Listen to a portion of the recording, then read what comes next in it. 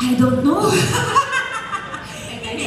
Alam mo, sa totoo, kapag gusto mo kasi yung ginagawa mo, lahat ng ginagawa ko sa buhay ko ngayon, gusto ko, mahal ko, may passion at buong-buo yung trabaho binibigay ko. Hindi ako nakakaramdam ng pagod. More so, there's time management. Importante yung time management and yung support mo with your partner.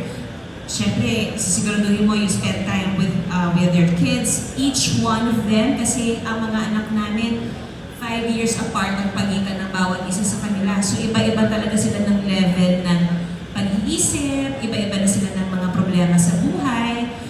So, you actually spend quality time. Nag-date si Raya at si Lucio, nag-date si Raya at si Johan. Kami din ni Johan, nag-date kami. I mean, those are memories na hindi mo mabibili sa Toy Kingdom, na kahit na hindi mo din mabibili sa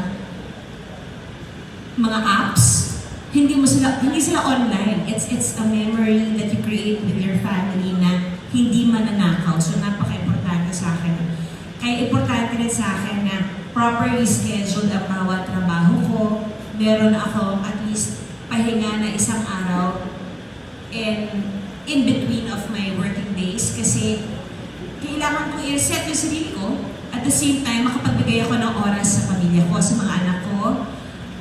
Sorry, madaldal po talaga ako. Hintayin niyo kapag naka-wine ako, mas madaldal ako. Pero I make it a point, pag may pasok, I make it a point, ako yung gigising sa kanila, ako yung gagawa ng pagkain nila sa umaga, sasabayan ko sila sa alusan, iahatid ko sila sa first days of school nila. I make little notes sa mga baon nila. Same goes with my husband. Lalagyan ko rin siya ng notes. Little things of letting your family know that you think of them and how much you love them just makes me happy. And hinahanap pala nila yon yung mga notes na yon. Nalulungkot sila kapag wala yung notes. So, nabavalidate naman yung puso ng pagiging nanay na, ay okay, meron naman palang napupuntahan yung pagising ko sa umaga kahit madami na yung wrinkles ko at lumalalim na yung eye bags ko.